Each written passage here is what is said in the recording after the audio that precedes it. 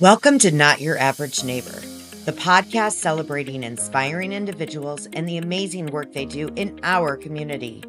I'm Ann Roushar, your host, inviting you to join me as we shine a light on stories of resilience, connection, and good news. Let's build a neighborhood that uplifts and inspires, one story at a time. Hey neighbors, it's Ann Roushar, your host of Not Your Average Neighbor. And today, one of my favorite neighbors is Tim Sullivan. He is one of the country's best comedians. And you've never heard of him, probably. I mean, I have, but maybe you haven't. Tim has traveled the country from coast to coast for over 20 years. I would say more like 30. Yeah, next year will be 30, yeah. And has appeared on HBO and is heard regularly on Sirius XM, Raw Dog, and Laugh USA. And I would just like to welcome Tim Sullivan to the podcast. Welcome, Tim. Hey, thank you. That's awesome. Good to see Yeah. you. It's great to see you too. As I was getting ready, as I do, that's when I think about all my questions. I was like, okay, let's recap the history of our friendship. And I believe it started in 1996, as we were co-students, I don't know, classmates. Yes, that's it. At Kirkwood Community College in the communications media program. Yeah, that's what I was going to say. What were you going for when you went to when I met you at Kirkwood? That's what I was going for. Media? Yeah. I don't know. I was just kind of there to do something. I don't know. I was kind of bored. Well, we met, so that was probably the best thing that you remember. Yeah, no, that was really awesome. Yes. I mean, if I do say so myself, no. And also, I don't remember any other classmates other than you. No, So. I can't remember either now that I think of it. So Didn't we had to do like a fake like newscast, remember? okay. Yeah, I do remember that. Yeah. And then And one of my friends has the video and like will just randomly like say the eastbound train was going towards the westbound, and like whatever I read was like totally absurd, and I wasn't even reading it right. I was just like reading it, and he's like, "Oh my God, it doesn't even make sense." I'm like, "Well, it was a fake news story." oh yeah, we made up fake stories, and then we had to read them like they were real. We didn't even Yeah. do anything fallacious. It was like you said, a train was traveling and tree branch But they fell in were front like gonna collide. of it. Maybe. So we must have found some humor in that, and then that was like right at the start of my when I was getting started in comedy. So I hadn't even gotten paid. That was like the first year of my anytime I'd ever performed. So I'd only done like probably by the time I met you, I probably only done like 5 to 10 shows maybe of open mics. And so that's what I remember. Like, and then you were like, well, I got to see one of these shows. I'm like, well, they're kind of rare. I can't just, nobody had open mics back in the 90s. Like nowadays you can go to like bars and comedy clubs and anywhere across the country. And there's open mic comedy clubs, everywhere for young people to get started. But back in like the late 90s, there was like rare for a comedy club to have an open mic. And then in Cedar Rapids, probably, especially. yeah, You have to exactly. travel. Yeah, because I was traveling every Wednesday to Madison, Wisconsin, just driving 3.5 hours back and forth between Cedar Rapids just to get stage time for like 5 minutes, and there'd be like 12 people in the audience. But I didn't care. I thought I was like making the big time. I'm like, oh, I'm going to another city, and I wasn't getting paid or anything, but it felt Listen, cool to be able yeah, to for perform. sure. For So, sure. So but then yes, we made a trek to Des Moines and almost died on the way there. yeah, That was fun. Yeah, we actually spun out for a while, like completely for several circles in a row on the interstate. And then the car stalled in the middle of the interstate. Luckily, we got it going before the semi that came at us. But somebody, I think, did die on the opposite side of the road on their way too. So it was such a tragedy. But it was, I don't know what we were thinking going out in this ice storm to drive 2.5 hours to go, do this 5 minutes of comedy. Well, because I was your supportive friend, and you were like, I'm going to do this. And I'm like, okay, sure. Because we're like early 20s. We Yeah, have no so that brain gave me a lot cells of then.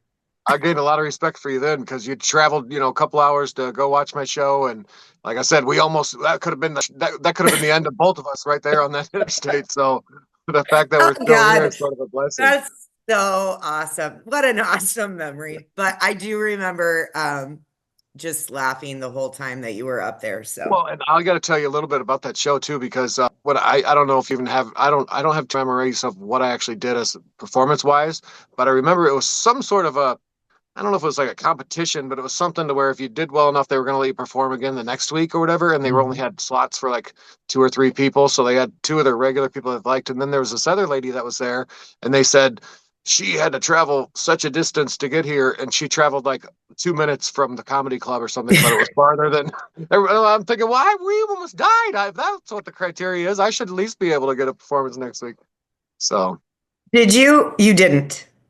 No, no, I didn't get. No. No, yeah, that's where I felt mostly offended in my comedy career at the right at the beginning when a lady that traveled, 5 minutes from the club ended up getting it for sympathy reasons, and I didn't get it Wow. because Wow. Wow. And you I could didn't. we could have played up the story about how he spun around, but we weren't like that, We just No, we weren't. We wanted you to get it on your merit, not that yeah we almost died. yeah And my other favorite memory of you early on in our friendship, it was probably like a year later, and you came. I lived with my grandmother at the time, and you came and you brought, well, you had Hungry Hippo in the car, and we played it on my grandma's porch, and I just thought that was the cutest. yeah. I mean, and anybody can get down playing Hungry Hippos on the just on the just out of nowhere, it's ready to go, and that's a cool person right there. So. I appreciate that. But I've always got, Hungry Hippo, something, ready to go. If it's, somebody wants it, you want to get, oh God, Hungry Hippo in the car, you better watch out. Oh my God. So let's recap kind of the way that you started. You were just telling me offline, and so I think we need to share this.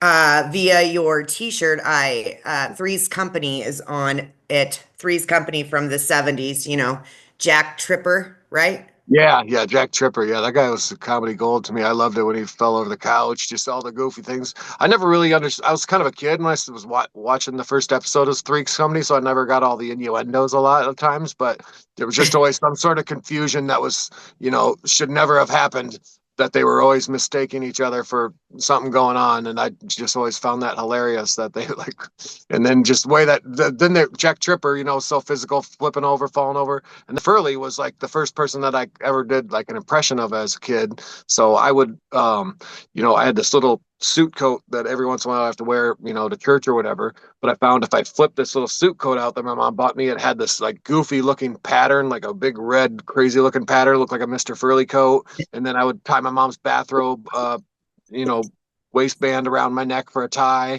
I put on some goofy little 70s shirt I found in my dad's closet. I'd come up and start doing the impressions anytime an aunt or her uncle would come over. Oh And my God. and I just, get up there and I'd be like, I'm Mr. Furley. Right. Start doing the With the crazy, big eyes. crazy face. So I haven't done that in like 100 years, that crazy face. But still, my aunt and uncle to this day, I just had a show a couple of months ago, and they were they've been together for like 64 years. They're like 80 something now, and they both came out to my show, and I still always call them out and say, "You were one of my first audiences," because I used to do the Mr. Furley impression for you. So Oh, I love yeah, that. Do any yeah. of your other family members still support you, or are they done? Are they over it? Periodically, yeah, no, I think yeah, over the years they kind of plateaued and it's kind of been a roller coaster. I've seen them. I'm good for a couple years now or whatever. But last show I did have a bunch of it kind of was like a little family reunion because yeah, I had my aunt and uncle come. They brought some of their kids. My sister even flew up from Atlanta with her daughter to see it, and then so Oh, that she was coming from out of town. It sort of enticed everybody else in town. Like they felt a little guilty. Like we better go. We're right here in town. She's flying up for it. So, so then I hey, was able to get I do still have your comedy CD. Okay, yeah, I made a few of them, but I imagine it's probably like one of my It's like the first one. first one. Yeah, and I think what's probably funny is it probably it has like a thing of me like walking, I think, and Yeah. I wrote like T. Sullivan or something like that on it, and Yeah. but I kind of patterned it after this Oasis album, Yes, I so remember because you like were a big Oasis fan. You still big are? Oasis. Yeah, and they're getting back together this year. So Oh my God, that, thank God. The yep. And brothers are after reuniting. yeah, 16 years they've been apart, and so I'm going to Chicago to see them. Oh, Uh, fun. When is Soldier that? Field. They're going to be at Soldier Field. So When is that? August, in August. August. Yeah. I So that's love Chicago. I yeah, love it's it. I love it. I love it. So, one other thing that I wanted to mention, or people that we have in common. Well, firstly, I love your sister. She does amazing work over in Marion, Iowa, and we always are excited to see each other. And then, Jeremy Ward and Garrett yeah. Smith are We were big talking about fans you of yours. yesterday. I was riding with him.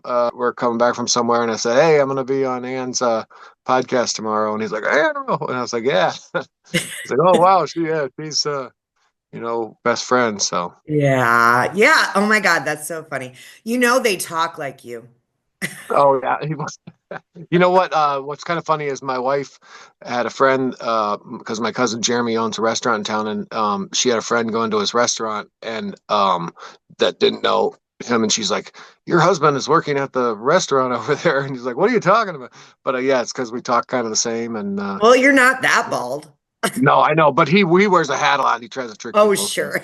yeah, Oh, poor Jeremy.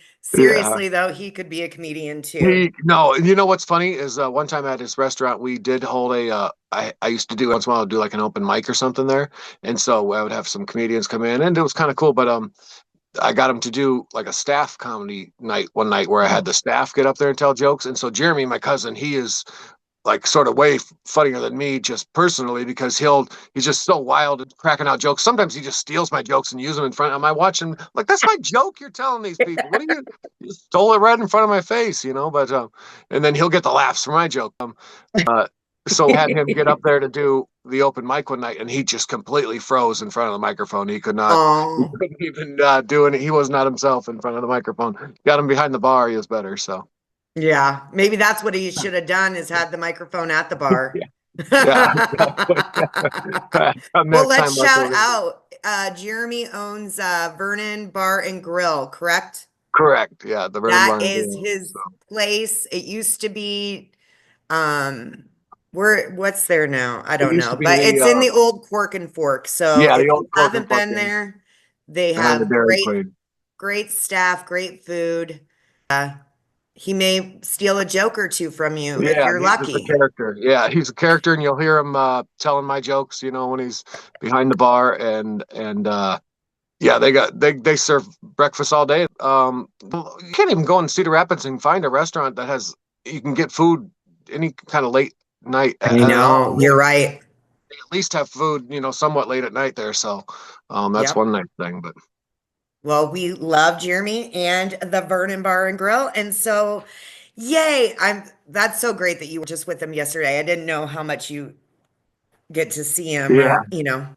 So, we are going to go into our first segment, and it's called Tim Sullivan, Tell Me Something Good. okay. Well, I got some comedy shows coming up. That's something good, right? Yes, it is. That's why I want you on the podcast because I wanted to help you promote them because there's so many people that listen.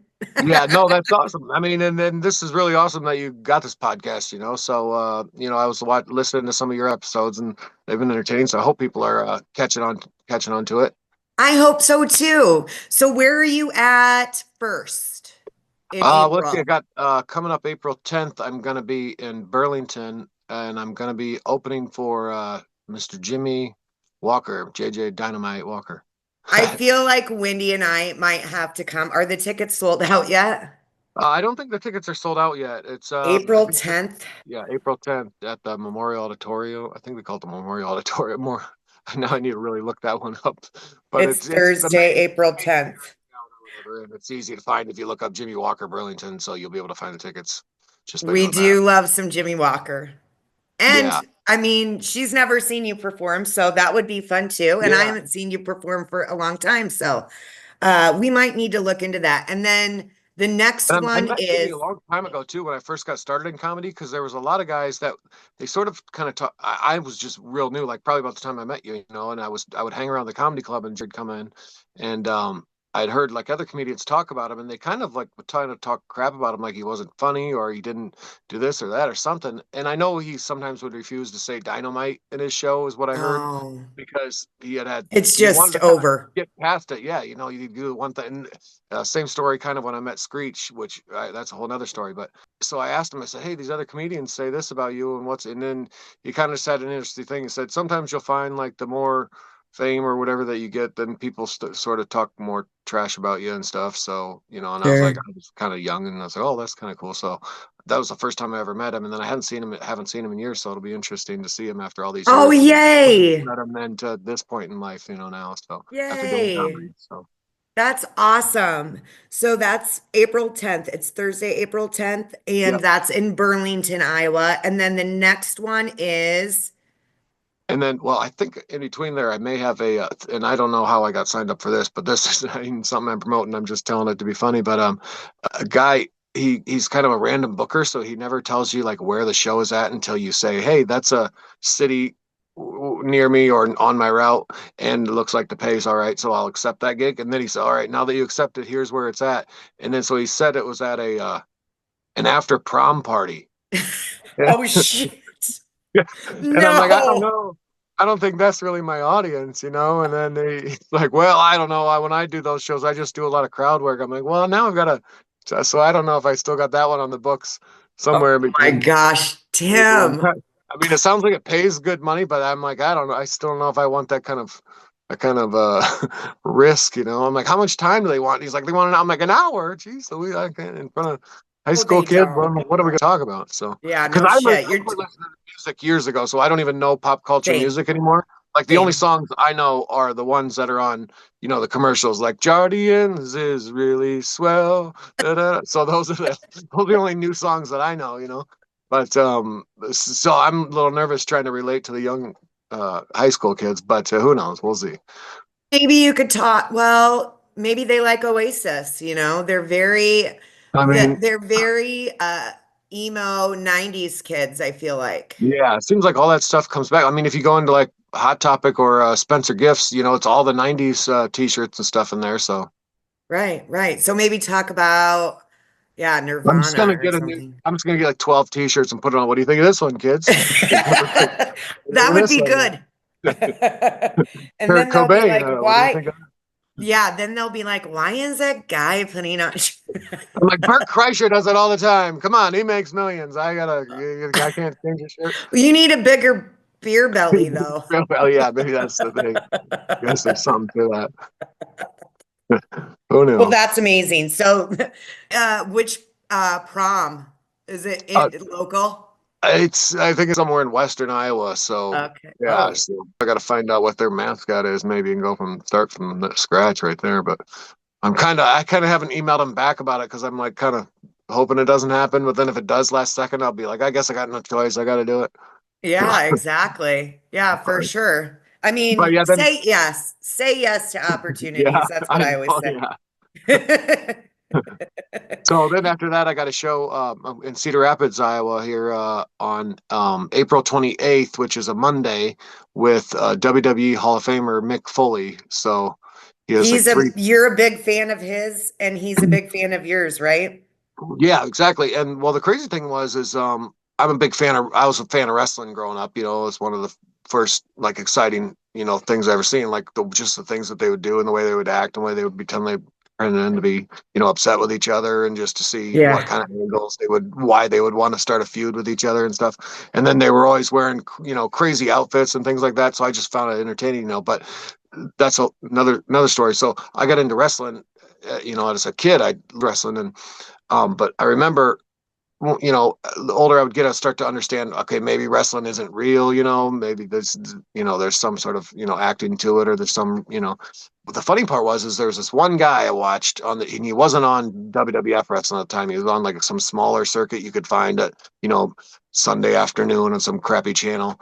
And, he was known as Cactus Jack or whatever. They called him Cactus Jack Manson. He, but he would get out his matches. He would go so crazy on people. And I remember telling my sister when I was a kid, watching in the living room, that, but maybe wrestling's fake, but that guy's not. That guy is crazy. That guy is so scary, because he would just the way he came across the screen, and he was just this smaller character that wasn't well known at the time. But I just remember seeing him and thinking, of all the wrestling guys I've ever seen, that guy is real. And then so what's really crazy is, I'll tell you the final part of the story before I tell you the intermediate part of the story. Oh, Um, okay. so thinking that as a kid, to one day laying and sleeping in the same bed with him in a hotel in Cincinnati is really kind of a You kind of manifested that. came full circle. I don't know how this happened. The one guy I'm freaking out about in wrestling, now I'm sleeping next to him in a bed in Cincinnati. So, Oh my um, God, that's amazing. but basically, what I'll tell you a real quick story on how I met that guy is. So, I heard this promoter was like bringing in to do some comedy shows. And I was like, what? Mick Foley's coming in from wrestling. Anybody involved in wrestling, I just wanted to be, do a show. It's just to I want to pick their brain about wrestling. How's wrestling? How to go? Blah, blah, Yeah. blah.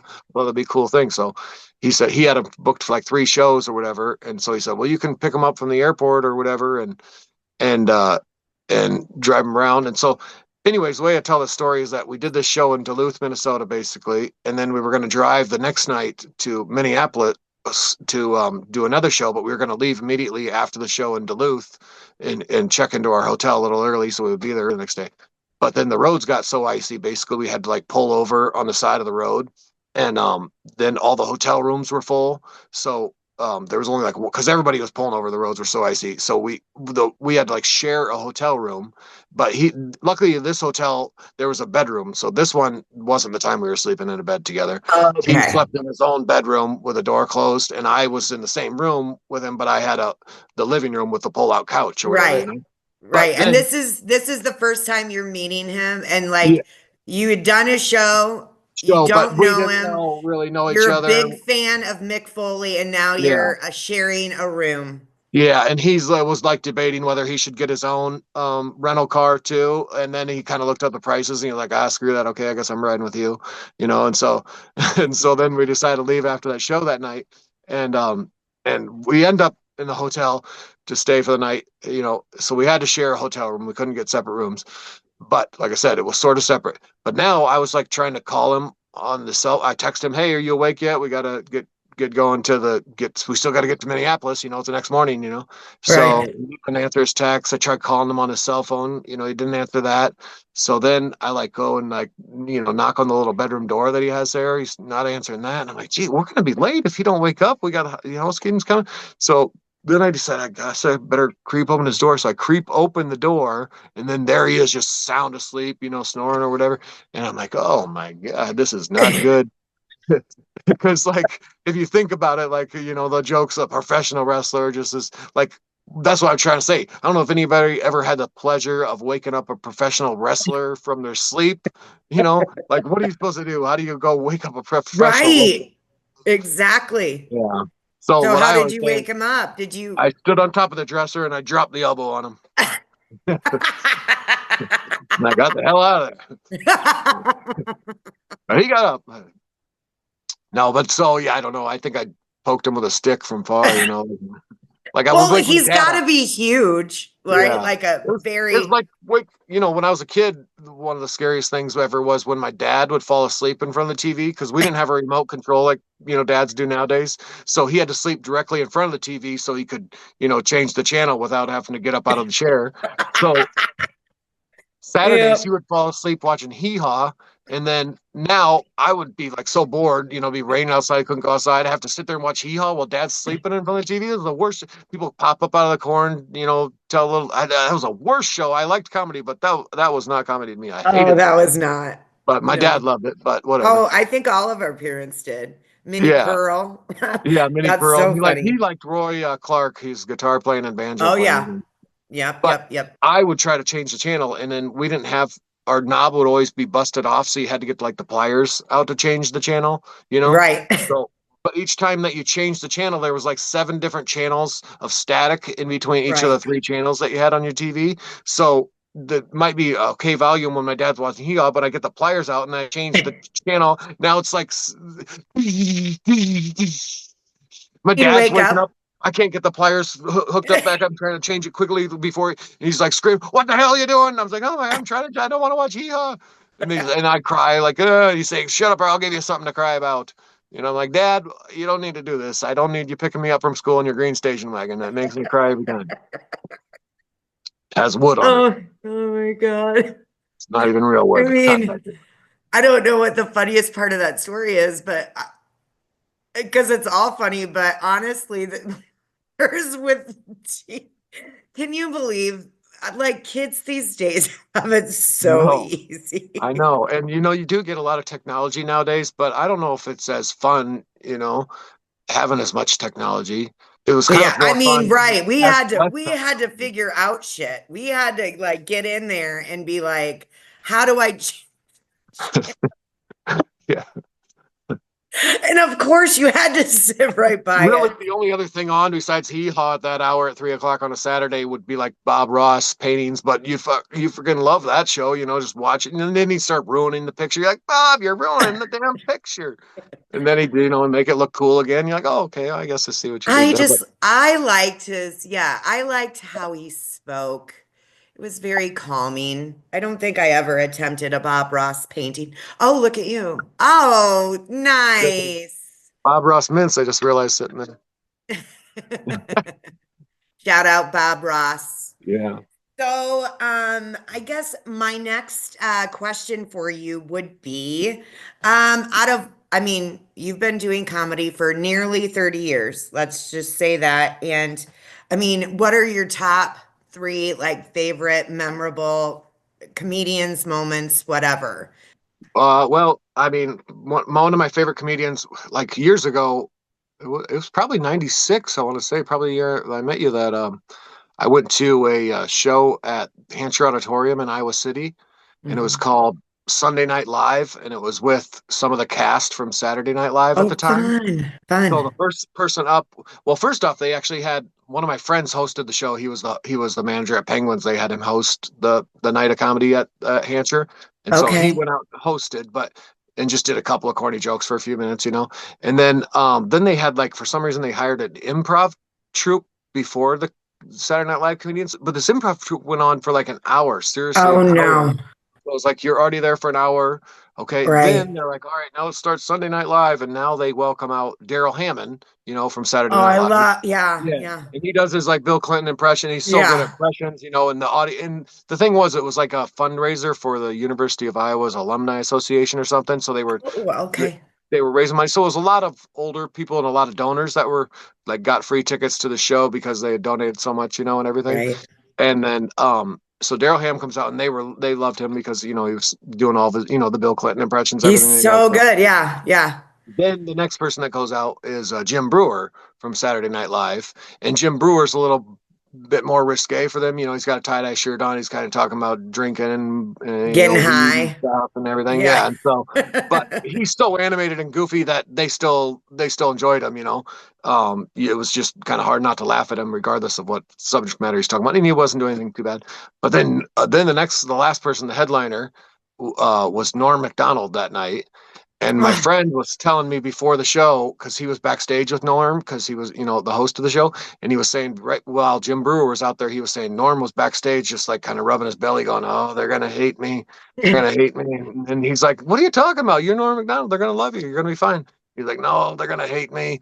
They're going to hate me." And so then, anyways, Norm goes out there. And I guess as soon as Jim Brewer gets off stage, he sees this friend of mine that was Penguins at the time. He says, "Let's go, smoke one." So they go off somewhere in the auditorium to go smoke, I guess, or whatever. I'm in the audience. This is like I'm just there, just watching, sitting in the audience. Well, Norm, I can say I know exactly what he said. I remember this show word for word, all the stuff that he did. Wouldn't be appropriate to do right now, but it was kind of dirty. Let's just say that. So then some of the people are sort of offended by the dirtiness of it, so they're leaving, and then slowly more people are like leaving. I don't know how many people started. There was like 3 or 4 thousand people in the theater to start with, and then I had to go to the bathroom at one point, but I didn't want to miss seeing the show, and I also didn't want to look like I was leaving the show, like offended. right. But I couldn't hold it any longer. So I sprinted to the bathroom, sprint back. There's more people leaving, and then like this one joke I can say that Norm did when people were leaving. He was like, "Well, I don't know what you were expecting. Do you want me to hold up like a picture of Yasser Arafat and make a joke about it, because on Weekend Update, he'd always have like a Yeah, picture yeah, yeah.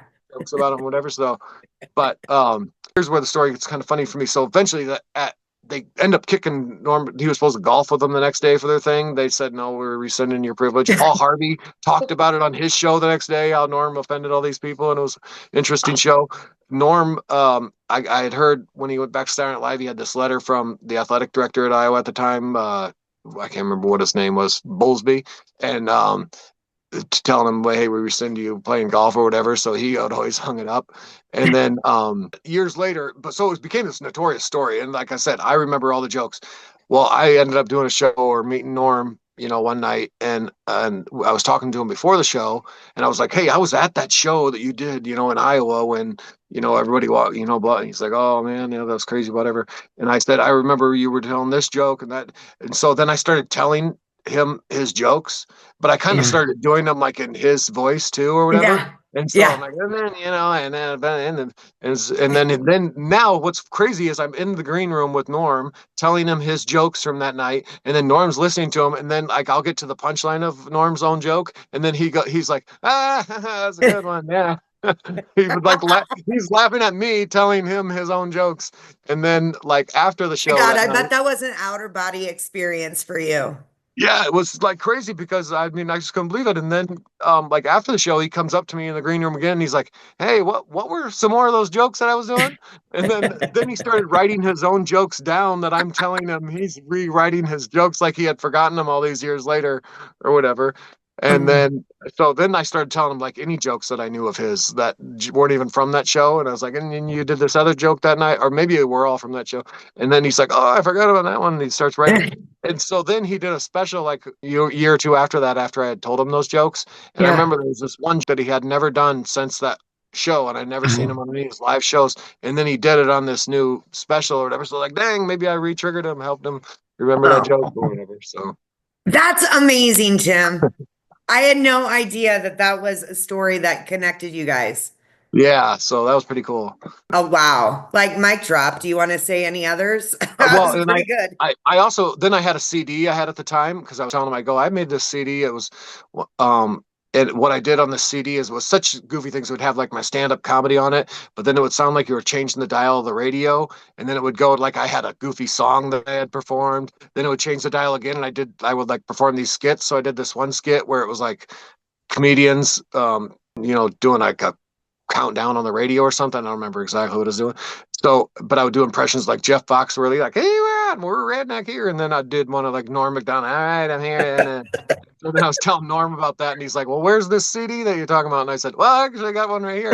And he's like, oh, so he goes, oh, good. Now I got something listening in the car tomorrow, driving in between the shows. So, Oh my God. That's and then awesome.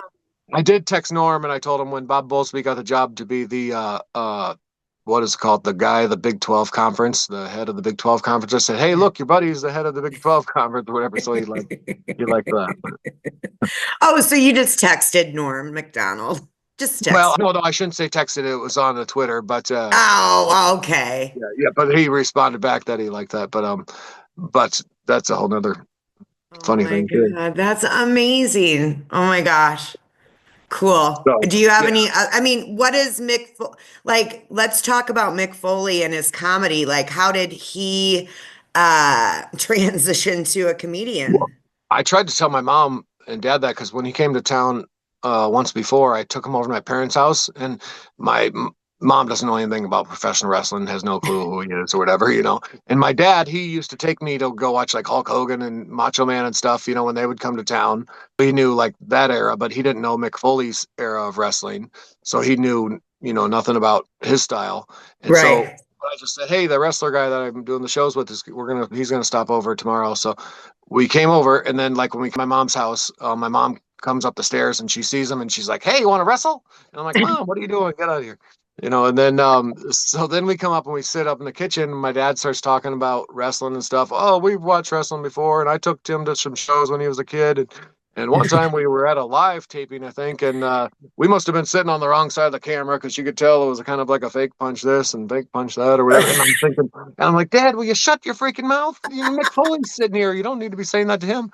So, and my dad had no clue. Like, remember, I was telling you as a kid, that was the one guy I thought that was not fake. So I took my dad over Mick Foley's, a tape of his wrestling matches so he could see like what kind of matches. Right. And then it was brutal because Mick Foley would have ones where he'd get hit with a wire bat. He lost an ear during a match. He got knocked completely unconscious during the match, and then got up and started wrestling again. But just brutal matches. And I showed him. Then my dad never seen anything like that. He's like, "Oh my God, this is. I wish you would have showed me this yesterday." He goes, "I didn't offend the guy, did I? And then I was like, "I don't know, Dad. I'm not going to worry about it too much because the mom's got to wrestle him first." So we're gonna. But yeah, so his style, Mick Foley. You don't even have to be a fan of wrestling to go watch Mick Foley's show because he is. He tells you about his days in wrestling, but he sets up the story and the characters so that you understand what's going on, and then he basically kind of tells you behind the scenes things that were happening or going on during then. But he's a funny individual himself that he Mhm. sets it up in such a funny way that like I said, you could not know anything about wrestling and go to his show and still enjoy it. Like I said, he is talking about his career and things in wrestling, but he does it in a funny way. And so yeah, I like he's just there's All somebody right. come and just talk, about. But he's very good. He's a storyteller. He's had two New York Times #1 best-selling books that he wrote himself. He showed me these love letters that he writes to his wife, writer and stuff. And he's also a really nice guy. He's like when we go out, he's always like he'll sell his T-shirts and stuff after the show. But half the time he's donating that to some charity in town or some poor soul that showed up at a show that's having some issues or something like that, or a wrestler that doesn't have health insurance or something like that. So he's always Wow. finding causes, and he's like he does a lot of cameo. He's like one of the #1 people on Cameo, but most all of the time he's donating a lot of his Cameo money to like water in Africa and stuff like that. Um, Wow. so yeah, so he Well, does a you lot of sold good. me. I will be coming to that one as well. So that's amazing. Where can we buy tickets for both of those? Where do you go? So for that one, I think you can just go to realmcfoley.com and you should be able to click Real look. Mick Foley. Yep, Real Okay. McFoley, and then look, just check out his dates. Click on the Cedar Rapids one. You'll be able to link right to the tickets from there. Okay. And On then that, and JJ that is or at the Olympic Theater in Cedar Rapids yes, on Monday, April on a Monday. 28th. Yep, 28th. Yep. And then Jimmy Walker. And Jimmy Walker is April 10th, and that's And at how do you buy that ticket? Burlington. And I'm gonna after we talk here, I gotta go. I'm gonna go make sure I put it up on my website, the ticket link for Okay. that one. So that my website is just timsullivancomedy.com, and Okay. I'll go add that show because I don't know if I have it on my website right now. I do have some of the other ones on there, but Okay. I'll add that Perfect. one. So that's how people find you. That's how they would book you if they think you're funny Yeah, enough to be. there's all sorts of comedy info or contact info on there. At timsullivancomedy.com, and all my social media contacts and emails and stuff are on there. But there's also some videos with like me and Mick Foley on there. I've got some lot of goofy videos on there. There's like one that I did. I came Mick Foley. He wears a Mr. Sacco. Like, I probably got one up here somewhere. By the way, here's a Mick Foley action figure. Is what he looks like Oh, there. yeah. But let's see. I got this Mr. Sacco here.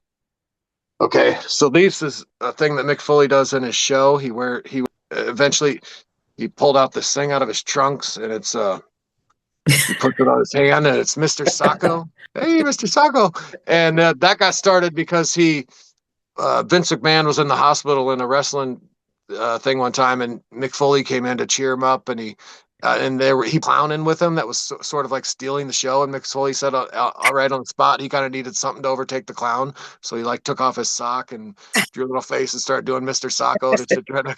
And then the next day, all the wrestling fans at the arena were like, "Where's Mr. Sacco?" So eventually, he started pulling it out of his trunks, and then putting it on and like sort of like choking people with it or whatever. But And so now it's a thing. so now he sells them like after a show.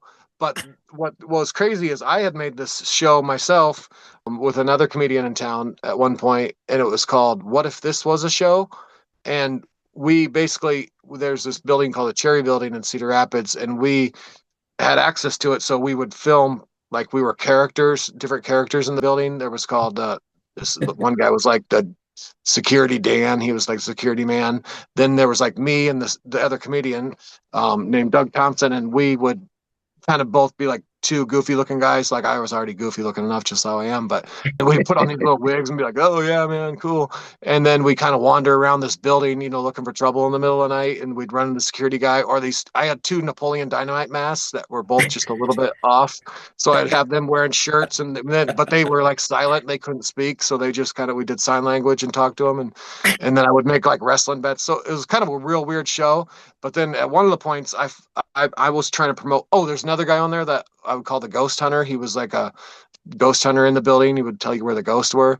But Right. I was selling my products, and one of my products was the no sock, and it was a sock kind of like this, except it didn't have the top on it. So that way, if you wore it, your toes didn't get hot, and you could wear it on your arm. So, anyways, in the whole video, it takes quite a number of turns, and I end up going out to Oregon to look to where this map leads me, and I run into Mick Foley, and I try to sell him my no sock, and he's like, "Well, I made a lot of money with a sock. I could probably make even more money without a sock." So, anyways, Oh my God. I want to be in your brain just for like an hour someday. You are just so funny. You're so funny. Well, we don't even have time for my funny game, so we'll have to do that the next okay. time. But Tim, this has been amazing catching up. I feel like I could talk to you for another 2 hours, but I can't. Well, Sadly, we'll I save do it for have to another go. show. Yes, we What? will save it. I said we will save it for another show. Yes, absolutely. So timsullivacomedy.com. Yep. When is your show on SiriusXM? When do you perform Oh, on there? they don't really like have me on to perform, but they have like a couple of my CDs and stuff, so they'll play clips of that periodically. Nice, So I never nice, know. nice. Somebody will call me up and be like, "Hey, you're on the radio right now." I'm like, "Oh," and then every once in a while I get a little bit of a little money in my account whenever they play little things. Never too much. But But yeah. that's awesome. Okay, so then Jimmy Walker, April 10th in In Burlington, Burlington. and Yep. Mick and Foley. Mick Foley at the Olympic in Cedar Rapids, Iowa. Beautiful building. And you guys will be there Monday, April 28th.